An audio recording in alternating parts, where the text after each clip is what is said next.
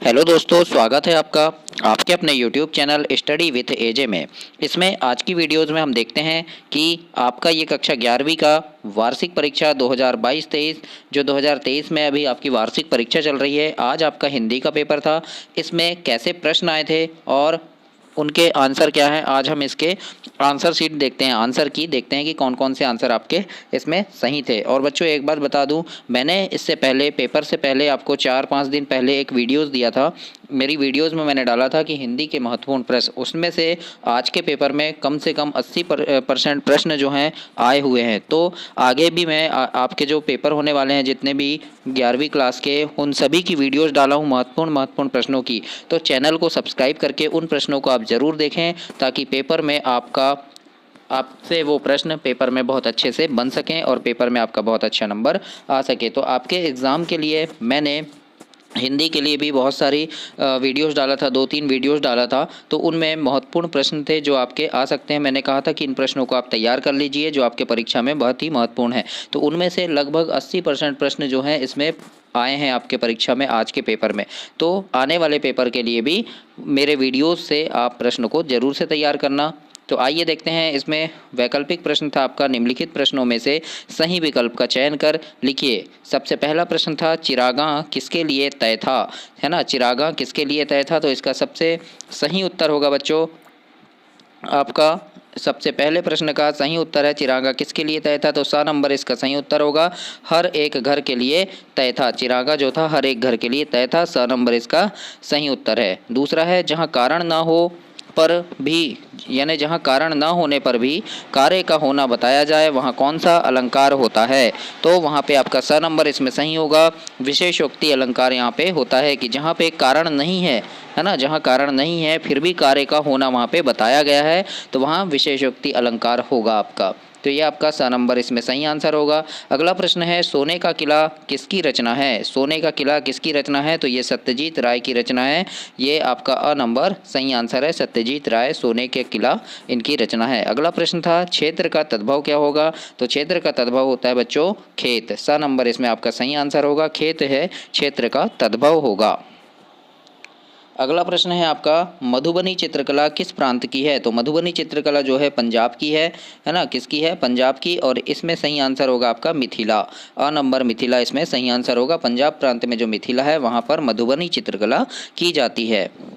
अगला प्रश्न था 5वां नंबर का सर्कुलर को हिंदी में क्या कहते हैं। सर्कुलर को हिंदी में क्या कहते हैं, तो ब नंबर इसमें आपका सही आंसर है, परिपत्र कहते हैं। सर्कुलर को हिंदी में परिपत्र कहते हैं, ब नंबर आपका सही आंसर होगा।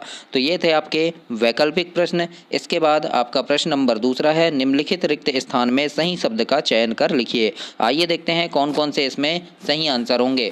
बच्चों फिर से एक बार बता दूं कि आने वाले जितने भी पेपर हैं आपके उनके लिए मैं वीडियोज डालूंगा कि महत्वपूर्ण प्रश्न है उन प्रश्नों को आप जरूर से तैयार करके जाना। पेपर के पहले उन प्रश्नों को जरूर तैयार कर लेना ताकि पेपर में वो प्रश्न आए, वो ऐसे क्वेश्चन आए तो आप उनको हल कर सकें, उन्हें बना सकें। तो देखते हैं सबसे पहला यहाँ पे मरसिया का अर्थ क्या होता है। तो मरसिया का अर्थ होता है बच्चों शोक गीत, है ना। शोक गीत आपका यहाँ खालिस्तान में आएगा, शोक गीत इसका सही आंसर होगा। अगला प्रश्न था छायावाद के प्रमुख स्तंभ कितने हैं, तो 4 इसमें सही आंसर होगा, 4 स्तंभ है छायावाद के। अगला प्रश्न था आपका आश्रय की चेष्टाओं को खालिस्तान कहा जाता है। तो आश्रय की जो चेष्टाएं हैं उसे अनुभाव कहा जाता है ना। विभाव और उद्दीपन इसमें नहीं आएगा, अनुभाव इसका सही आंसर है।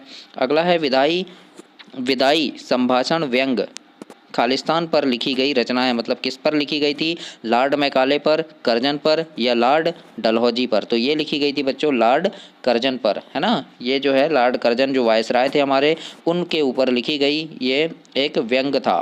तो लॉर्ड कर्जन इसमें सही आंसर है। अगला है मुतमईन का अर्थ क्या होता है। तो मुतमईन का अर्थ होता है आश्वस्त, है ना। आश्वस्त जो है ये मुतमईन का अर्थ होता है। अगला प्रश्न है संगीत के क्षेत्र में लय खालिस्तान प्रकार की होती हैं, कितने प्रकार की होती हैं, तो 3 इसका सही आंसर है, 3 प्रकार की होती हैं लय। अगला प्रश्न था आपका 7वां संचार प्रक्रिया में प्राप्तकर्ता की प्रतिक्रिया को क्या कहते हैं। तो फीडबैक इसमें सही आंसर होगा आपका फीडबैक। तो फीडबैक कहते हैं प्राप्तकर्ता की प्रतिक्रिया को। इस प्रकार से आपके ये सही शब्द का चयन करें, मतलब खालिस्तान भरे रिक्त स्थान वाले प्रश्न भी कंप्लीट हुए। इसके बाद देखते हैं हम सही जोड़ी वाले प्रश्न हैं आपके। प्रश्न नंबर 3 में दिया था सही जोड़ी बनाइए। तो सबसे पहला है आपका कविता का गांधी। तो कविता का गांधी किसे कहा गया है? तो आपका आएगा ख नंबर भवानी प्रसाद मिश्र, इनको कविता का गांधी कहा गया है। दूसरा है जहाँ काव्य को सुनने से हृदय द्रवित हो, तो इसका ग नंबर आ जाएगा माधुर्य गुण कहा जाता है इसे। अगला है प्रेमचंद्र का। तो प्रेमचंद्र का आ जाएगा बच्चों कायाकल्प। तुम भी आ गए, तुम भी आ गए में क्या है? निपात है ना। निपात क्या है इसमें? भी जो लगा है यहाँ पे ये निपात कहलाता है। तो निपात इसका आ जाएगा आपका निपात। अगला है घूमर। तो घूमर कहाँ का है? राजस्थान, तो इसका राजस्थान आ जाएगा। और स्क्रूटनीकरण का आपका एनकोडिंग आ जाएगा। तो इस प्रकार से ये सही जोड़ी आपकी कंप्लीट हुई। आपके ये 6 नंबर का प्रश्न था, 6 नंबर इसमें आपको पूरे मिलेंगे। अगला प्रश्न है आपका, देखते हैं अब। एक शब्द में उत्तर देने वाला प्रश्न है कि मानव शरीर का निर्माण किन पंचतत्व से हुआ है? तो हमें पता है कौन कौन से हुआ है। हवा है, अग्नि, जल, आकाश और मिट्टी, ऐसे 5 तत्वों से मानव शरीर का निर्माण हुआ है। अगला प्रश्न था अनुभाव के कितने प्रकार हैं? तो आप लिख सकते थे अनुभाव के 4 प्रकार हैं। कौन कौन से? सात्विक, कायिक, मानसिक और आहार्य, ये हैं अनुभाव के प्रकार।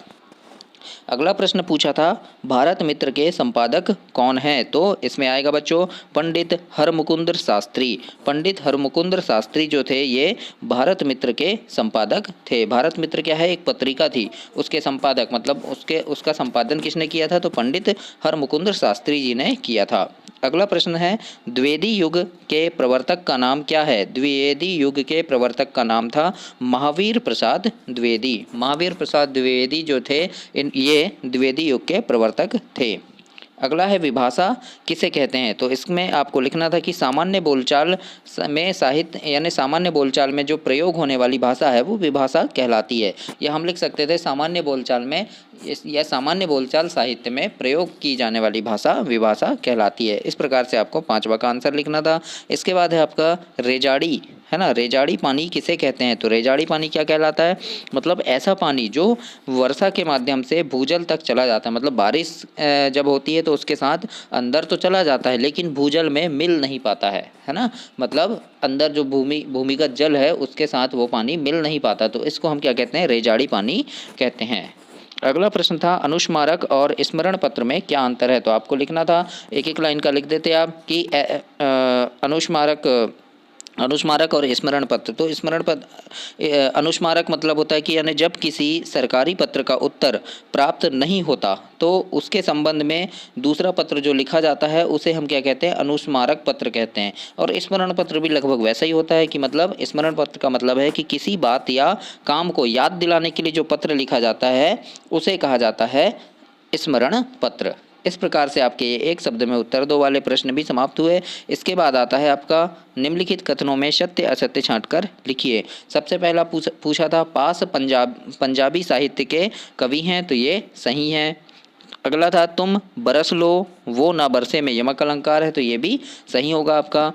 फिर अगला था इसमें मोहन मास्टर त्रिलोक सिंह का चहेता शिष्य था, तो ये भी सही आंसर है आपका। ऑफिशियल लैंग्वेज को राष्ट्रभाषा कहते हैं, ये गलत हो जाएगा, राष्ट्रभाषा नहीं कहते हैं इसे, है ना। रंगोली अल्पना चित्रकला के रूप है, तो ये भी गलत है, नहीं है। अगला है पटकथा को अंग्रेजी में स्क्रीन प्ले कहा जाता है, तो ये आपका सही हो जाएगा। इस प्रकार से ये आपके सत्य असत्य वाले प्रश्न थे। अब इसके बाद मैं आपको बता रहा हूँ बच्चों, इनमें से मैंने कौन कौन से आपको महत्वपूर्ण प्रश्न बताया था जो आज के पेपर में आपके आए हैं, और ऐसे ही आपके आने वाले जितने भी पेपर होंगे, जितने भी एग्ज़ाम है अभी, उन सारे के मैं इम्पोर्टेंट वीडियोस डाल रहा हूँ, इम्पोर्टेंट प्रश्न की वीडियोस डालूंगा, तो उनको आप ज़रूर देखें। उसके लिए चैनल को सब्सक्राइब करें, बेल आइकन को प्रेस करें, ताकि जैसे ही मैं वो वीडियो डालूँ आप तक वो वीडियो पहुँच सके। आज के पेपर में भी लगभग 80% प्रश्न मेरे बताए हुए वीडियोस से आए हैं।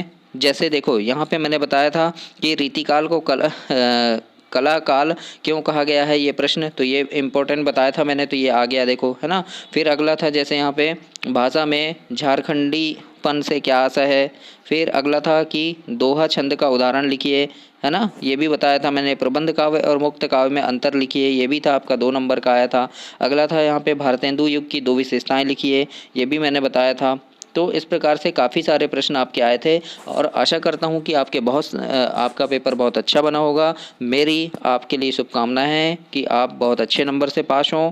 आगे देखते हैं। अब यहाँ पे देखो, रजनी संपादक को क्या सहायता मांगती है, ये भी मैंने बताया था आपको, है ना। विज्ञापन लेखन की कला के बारे में लिखिए, सार संक्षेपण का अर्थ लिखिए। इस प्रकार के प्रश्न मैंने आपसे कहा था कि ये ऐसे प्रश्न आपसे पूछ सकते हैं और ये आया था। देखो, शास्त्रीय संगीत और चित्रपट संगीत में अंतर लिखने के लिए बताया था मैंने कि आ सकता है, इसको आप पढ़ के जाइएगा और ये आज पेपर में आ गया आपके, है ना। रचनाएं तो ये तो आती ही हैं आपके पेपर में, हिंदी के पेपर में रचनाएं लिखने आता है ना, दो साहित्यकारों के।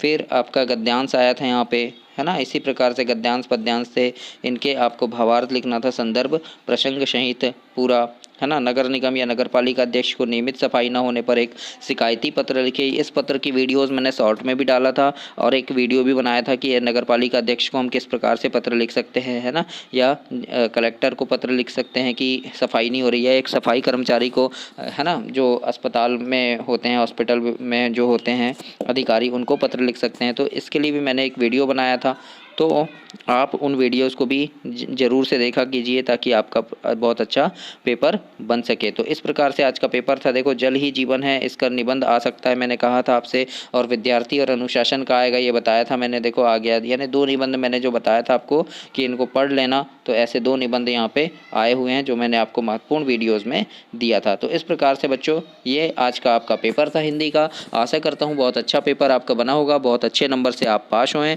और चैनल को सब्सक्राइब करें, वीडियो को लाइक करें, अपने दोस्तों तक शेयर करें। धन्यवाद।